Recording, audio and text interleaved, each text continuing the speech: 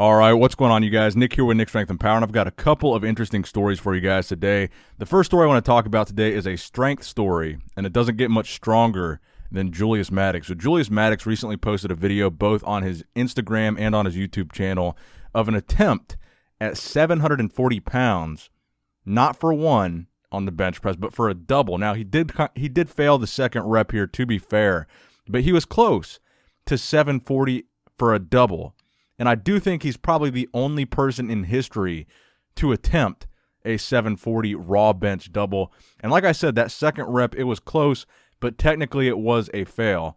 But this is like an unheard of amount of strength. Now, 740, maybe a year or 2 years ago, for one, was the all-time bench press world record, and he's attempting it for a double here. So if anybody is going to be the one to bench 800 pounds, it's going to be Julius Maddox, and I can't wait to see him do it. Now, I don't know when the official rescheduled date is for the attempt that he's going to make on the 800 again, but I think if anyone's going to do it, it's going to be Julius, and it's not a matter of if, it's a matter of when.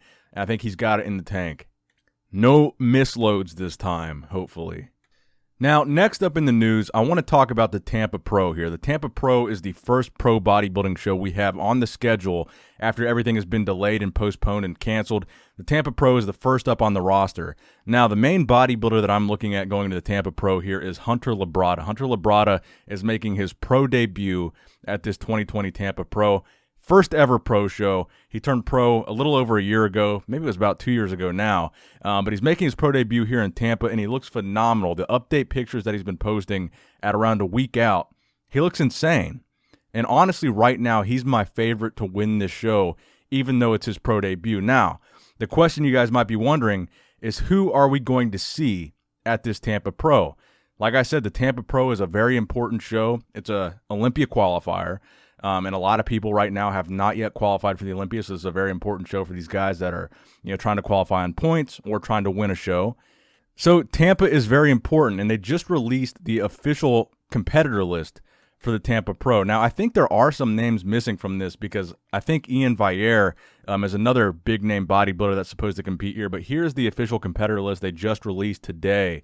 So you got Philip Klahar, Samson Dowda, Dorian Haywood, Kenneth Jackson, Matt Kuba, Hunter Labrada, Justin Mackey, Seth Shaw, Jorge Trejo Rejas, Dwayne Walker, and I think Ian Vier is supposed to be in this lineup too, but he's not on this list for whatever reason. I'm not sure why.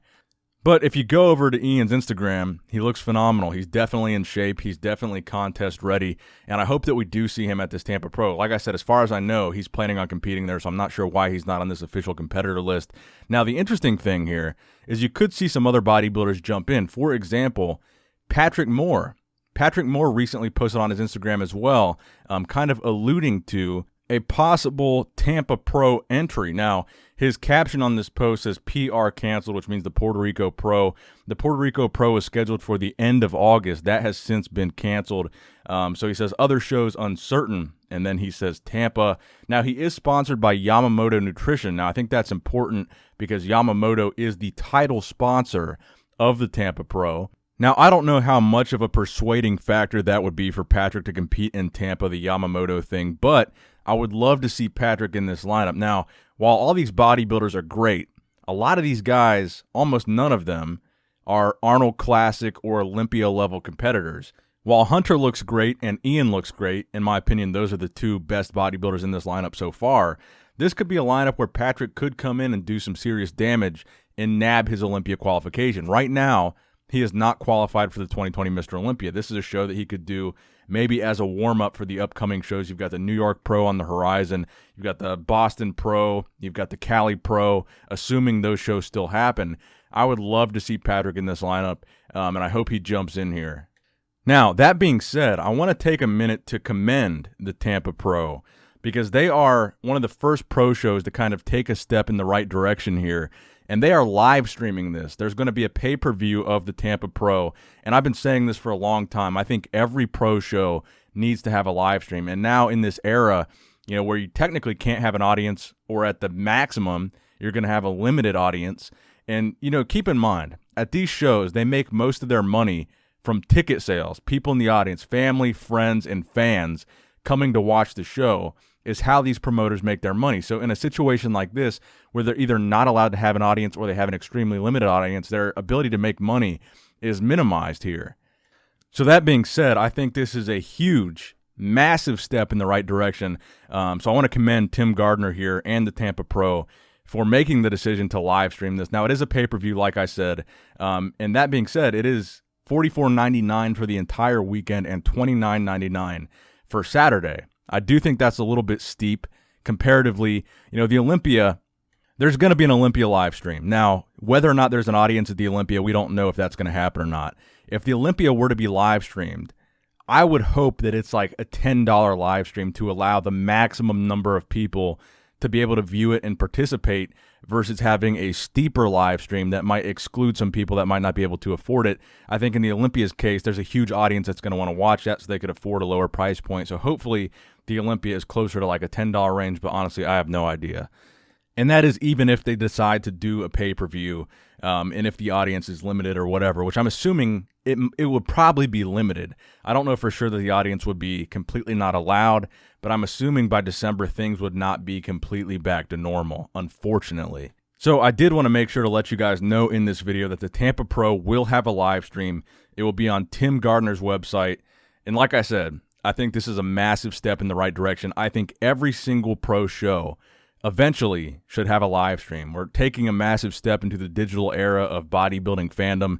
Everybody internationally, they want to watch these shows online. And I think pay-per-views or live streams for free is the direction that I want to see a lot of these shows move in. So again, I commend Tim Gardner and I commend the Tampa Pro.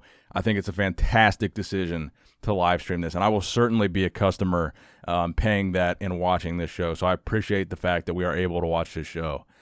Now, that being said, in addition to men's open bodybuilding, there will also be a 212 category at the Tampa Pro, and that lineup has been released as well. Here's the 212 official competitor list. Santi Aragon, Aaron Clark making his return to the bodybuilding stage, Derek Farnsworth, that's an interesting name to see in this lineup, Kevin Johnson, formerly a classic physique competitor.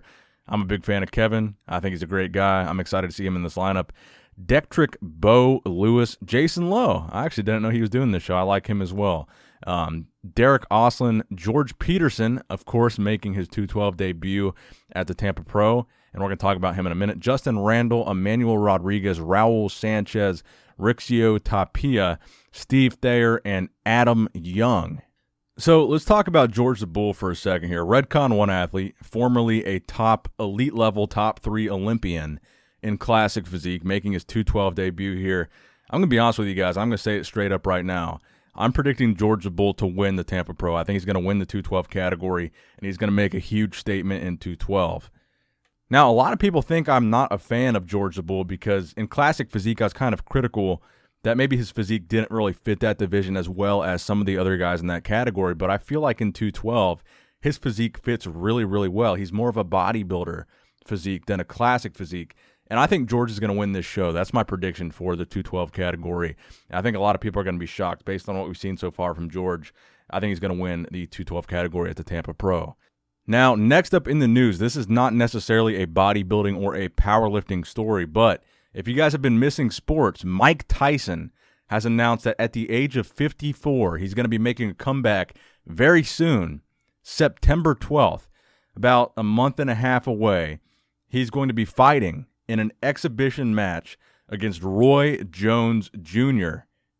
Now, I know this isn't necessarily the typical content that I cover, but with sports not really being on TV lately and having not a lot of stuff to watch, this is something I'm extremely excited for, something I'm going to be watching, and something I hope you guys are excited for too. Now, interestingly enough, Jake Paul is on the undercard of that fight. He's going to be fighting an NBA player by the name of Nate Robinson. So I thought that was an interesting little aside to the Mike Tyson fight. Let me know what you guys think in the comment section below, both about Mike Tyson coming back and Jake Paul being on that undercard.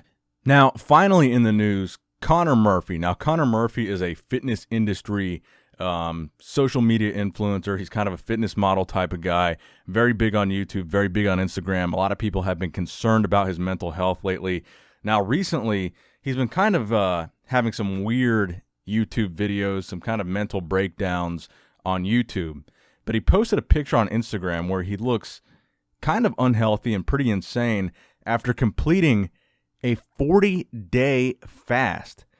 Now, I guess based on this caption, it says he was eating 225 calories a day of easily digestible fruit, half a mini watermelon. And over that 40 days, he lost 42.4 pounds, getting down to a weight of 157 pounds, which you guys can see in this picture right here. So to be entirely honest with you guys, I don't really follow Connor Murphy. I've never really watched his videos. I'm kind of familiar with who he is, and I saw the breakdown, the mental breakdown video, and I heard rumors, and I heard things about this 40-day fast, and I wasn't sure if he was actually doing it or not, and it looks like he actually went through with it. Now, while he does look extremely depleted and not healthy in this picture, I am glad that since he did the fast, he survived it, and it's over. And hopefully he can get back to a healthy body composition and not do this again. I don't know what his goal was or what his objective was here, but this is not a good look. But honestly, I'm just glad the guy's okay, and I'm glad he survived it. And like I said, I hope he goes back to normal after this. So let me know what you guys think in the comment section below about all the stories in this video. Please give this video a thumbs up if you did, in fact, enjoy it. And as always, Nick Strength and Power, signing out.